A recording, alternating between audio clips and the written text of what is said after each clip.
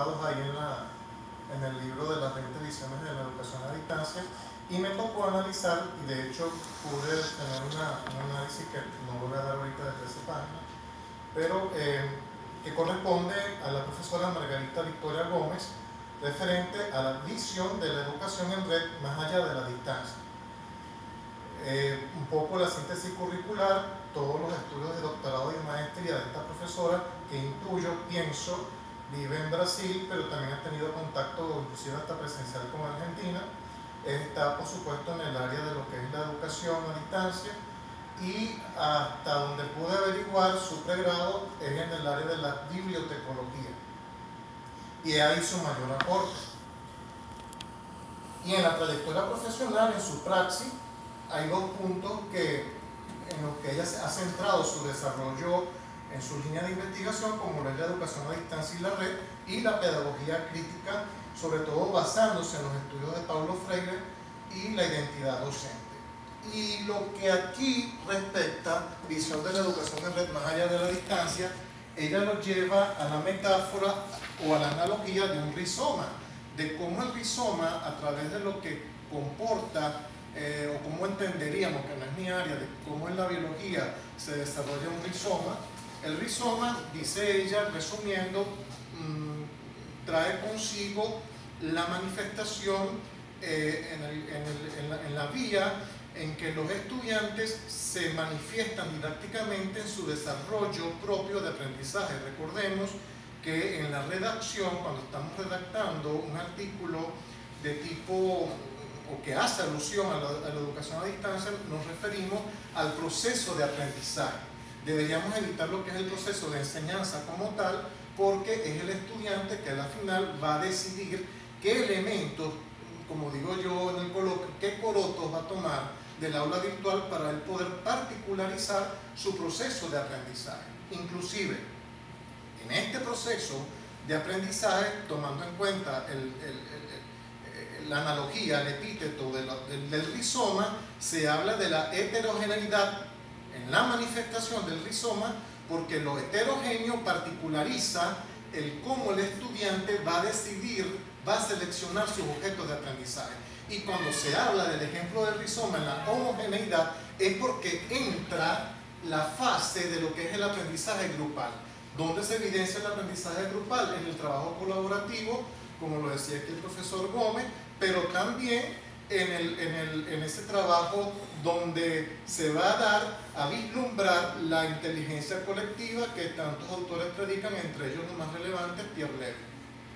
Dicho eso, si tomamos el trasfondo de lo político educativo en esta visión, ella se ve que es de ideas un poco comunistas, cosa que se respeta, pero a la vez es comprensible, porque cuando ella hace alusión de que la educación a distancia, llevándola a la especificidad de un aula virtual, hablamos de aula virtual porque esa virtualidad realmente debería, a modo de tentáculos o a modo rizomático, llegar a todas las personas y no quedar en una especie de gueto digital donde solo una universidad, donde puede haber una dirección de TIC, únicamente entran aquellas personas que la directiva del grupo TIC sabe a quién considerar, entre comillas. Entonces, en ese sentido, ciertamente, si uno se lo lleva al aspecto de lo que es lo político, la política, quieras o no, va a estar acompañada hasta en lo académico, y lo sabemos muy bien en el ejemplo de la Carabobo, en la verbigracia, pues, ¿no? De cómo la política, en el caso venezolano, también guarda su influencia en el desarrollo de las decisiones que se pueden tomar académicamente, tanto en tercero como cuarto y quinto nivel académico. Pero vámonos a uno de los puntos que tengo que ver el video, ya porque aquí la pantalla está en negro. Sí, la educación a distancia, interpretando este párrafo que tomé del escrito de ella, en esta sección lo leo literalmente porque lo que voy a leer es la interpretación de lo que yo saco de ella aquí. En esta acepción resulta algo complejo el poder darle una interpretación más allá de lo político-educativo, que es de paso la intención de esta autora. Pero me atrevo a relacionarlo, diría más bien, al cómo una relación de saber y poder empaña muchas veces, sugiere la autora en ese texto, el avance que uno aspira tenga en las aulas virtuales como proceso de mejoramiento. No me detengo más porque ya lo acabo de expresar. Me voy al párrafo número 4 que yo extraje de esa lectura, y con base a esta textualidad que está ahí en la pantalla, en la diapositiva, cuando la autora hace referencia a que los avances tecnológicos todavía no significan un modo necesario en las mejorías educativas, quiere decir que si no se evidencia la presencia de un docente que sepa cubrir con sentido de pertenencia, pero también de pertinencia, para que esa pertenencia realmente pueda tener cabida, el diseño de la asignatura que le compete al docente no le valdrá de nada usar el avance tecnológico que tanto se anhela. Porque siempre, al final, pues nos preguntamos qué se persigue en el afán de predicar una mejora educativa. Siempre estamos, la mejora educativa, la mejora educativa. Pero dejo esa pregunta en el aire. En el quinto párrafo, un poco más y lo convierto en un decálogo, ¿no? Insisto, este es el párrafo original de la autora, la interpretación de este párrafo, donde ella, en el párrafo ella da a entender que todo proceso en el uso de la digitalización de la información, obvio, crea un proceso comunicativo. Me atrevo a aseverar el proceso económico actual de nuestro país, Venezuela, donde esta realidad ha disminuido, la realidad económica, pues ha disminuido el acceso personal al internet, a los hogares. Hoy día, solo el 8% de los hogares venezolanos tiene acceso directo a internet, cosa que antes no era así. Y si nos vamos al ejemplo tradicional de los libros impresos, que aquí en el caso venezolano están exentos de IVA, sin embargo, se hace casi inalcanzable. En estos días compré un libro del Nacional y 900 bolívares, o allá en la FILU 1900 bolívares, porque también lo convencional es válido. Lo convencional es tan válido que para que la educación a distancia pueda tener realmente el alcance que uno desea, tenemos que acompasar lo digital con lo convencional y no darle la espalda. Luego, en el párrafo número 6, donde ella hace alusión a la legitimación en lo histórico del sistema formal, aunque en esta manifestación digitocultural realmente no se ha evidenciado en este país, en nuestro país, Venezuela, la educación superior busca su expansión en sectores de la población que históricamente aún siguen siendo excluidos. Vámonos al párrafo número 9, no, el número 7.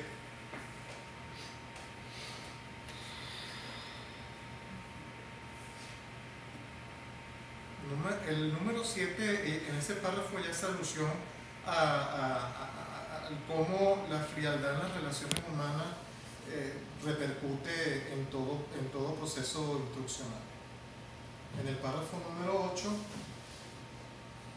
cuando ella literalmente dice en su escrito, ese continúa siendo uno de los grandes desafíos hasta hoy, conseguir ver al otro, la alteridad, ¿no?, su cultura, lo que él sabe y sus necesidades. Indudablemente se trata de ver en la alteridad el complemento nociológico en el cual debería yo asirme como docente. ¿Listo? 2 minutos. Esto es en esencia lo que la autora expresa, el verdadero trabajo colaborativo en las redes. Bien. Punto 9, punto 10, como eso va a quedar a futuro en una memoria que ojalá se pueda cristalizar en el... No se va a dar, el libro electrónico tiene que salir porque sí. Fíjense, hay algo que una vez me arbitraron, que yo lo llevé a la problemática de mi tesis doctoral, en la que yo resumo en 10 pasos la problemática que se da en la educación a distancia hoy día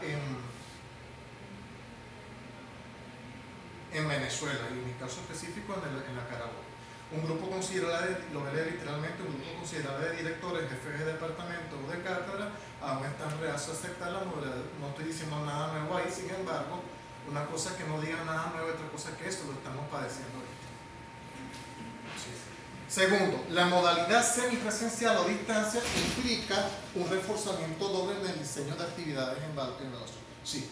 Cuando queremos llevar la educación a distancia, tenemos que planificar el doble de evaluaciones para que el conocimiento quede realmente asentado en cada estudiante. Tercero, el celo académico, elemento constante y presente entre docentes. Como el celo docente hace que la educación a distancia no pueda levantarse de una vez por todas como realmente lo deseamos. La crítica específica a los foros de discusión en las aulas virtuales, que bien sabemos que los foros de discusión vienen a ser en cierto modo, si no lo único, lo más decisivo como sustitución del aula convencional de clase. Pero ¿cómo le vamos a dar animosidad a eso? Seguido, la población estudiantil venezolana de cuarto y quinto nivel académico todavía no ha podido asimilar el uso de las aulas semipresenciales en línea. El estímulo monetario al docente es algo hartamente conocido, que no tenemos un sueldo que realmente pueda cumplir las necesidades de estímulo que también necesitamos para poder seguir adelante con todo ese tipo de diseño. Es una realidad y es una contra, vamos a decirlo así.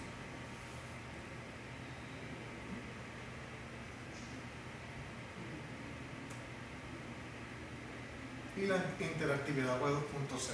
Podemos hacer de la educación a distancia correspondiendo a lo que Margarita Victoria Gómez dice y también el profesor Gómez lo comentaba acá, que debemos realmente utilizar todas las herramientas de la web 2.0, y ya que el estudiante hace uso de un Facebook, hace uso de un Skype, ¿por qué no comunicarme a través de ellos, a través de esos programas que hace del proceso de aprendizaje algo más divertido y mucho más ameno? Esa es mi intervención.